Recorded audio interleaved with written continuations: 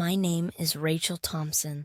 I am 38 years old, and for the longest time, my life seemed like a carefully constructed puzzle, with every piece meticulously placed. Growing up in a small town in Oregon, I always believed in planning, in control, in making logical choices that would guarantee stability and security. I met Michael Andrews during my final year of graduate school. He was a college professor in his early 40s, distinguished, intellectual, and unlike anyone I had ever dated before.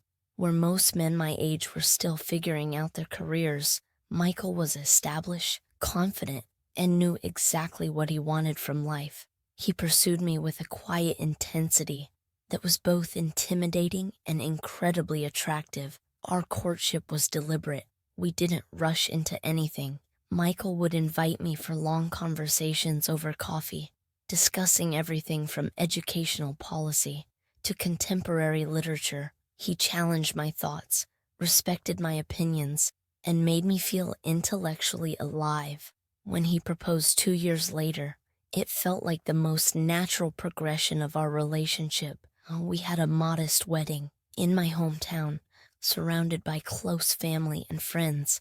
My parents, who had always been practical and somewhat reserved, were thrilled. Michael came from a well-respected academic family, and he seemed to represent everything they had hoped for their daughter: stability, intelligence, and potential. Our early years of marriage were comfortable. Michael supported my career as an educational consultant, encouraging me to travel and develop professional networks. We never had children, a mutual decision based on our busy careers and personal preferences.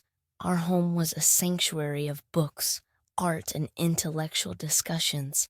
But life, I learned, has a way of dismantling even the most carefully constructed plans. Michael's first health signs were subtle: occasional fatigue, some unexplained weight loss. Being the rational person he was, he initially brushed these off as stress-related symptoms. It was only when a persistent cough wouldn't go away that we decided to get a comprehensive medical checkup. The diagnosis was devastating: advanced stage lung cancer, likely developed over months without obvious symptoms. Despite his medical background, Michael approached his illness with remarkable grace. "We'll handle this systematically," he told me, holding my hand in the sterile hospital room. Treatment was aggressive: chemotherapy, experimental drugs, multiple consultations with specialists. I became his primary caregiver, putting my careers on hold. We spent countless hours in hospital waiting rooms, discussing everything except the possibility of loss. Michael's optimism was infectious, even when his body was failing him. 15 months after his diagnosis, Michael passed away. He died on a quiet Sunday morning, with me holding his hand, watching the soft winter sunlight stream through the hospital window. The world stopped. My carefully constructed life collapsed around me. Grief is not linear. It's not something you overcome. It's something you learn to carry. For months, I existed in a state of suspended animation. I stopped working, stopped socializing. My sister Sarah would visit, leaving food, cleaning my house, watching me with worried eyes. "You need to live," she would say, but living felt impossible. My salvation came unexpectedly.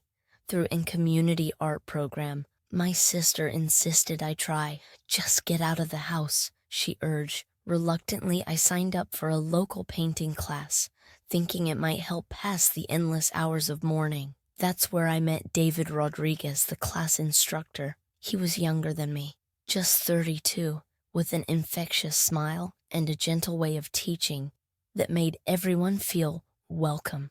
Initially, I kept my distance. The thought of connecting with anyone felt like a betrayal to Michael's memory. David was patient. He never pushed, never tried to fix my grief. Instead, he created a safe space where I could slowly rediscover myself. He would share stories about his own journey of loss. He had lost his partner years ago to a motorcycle accident, and gradually, I found myself opening up.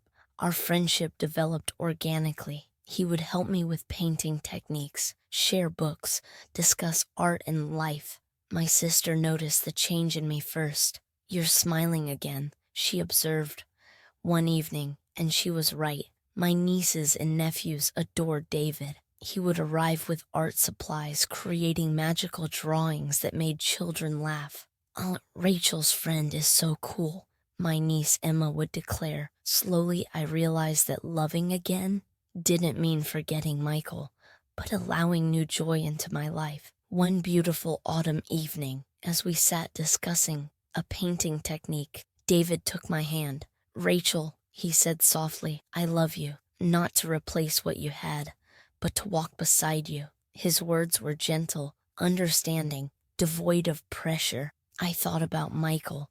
Would he want me to be happy? Yes, I realized he had always wanted my happiness more than anything else. After careful consideration, we decided to live together. We bought a house with a spacious studio where David could paint and teach, and I could return to my educational consulting work. My sister was overjoyed. "You're living again," she said, tears in her eyes. "Life isn't about forgetting. It's about remembering while continuing to love." Michael will always be a significant part of my story, but David has become a beautiful new chapter.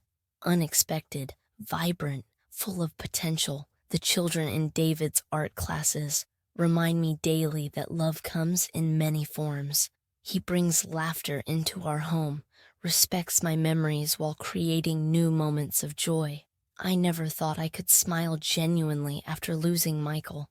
Now I understand that love doesn't end, it transforms. I am grateful for my past, excited for my future. Healing is possible, hope is real, and sometimes love finds you when you least expect it, wearing the most unexpected disguise.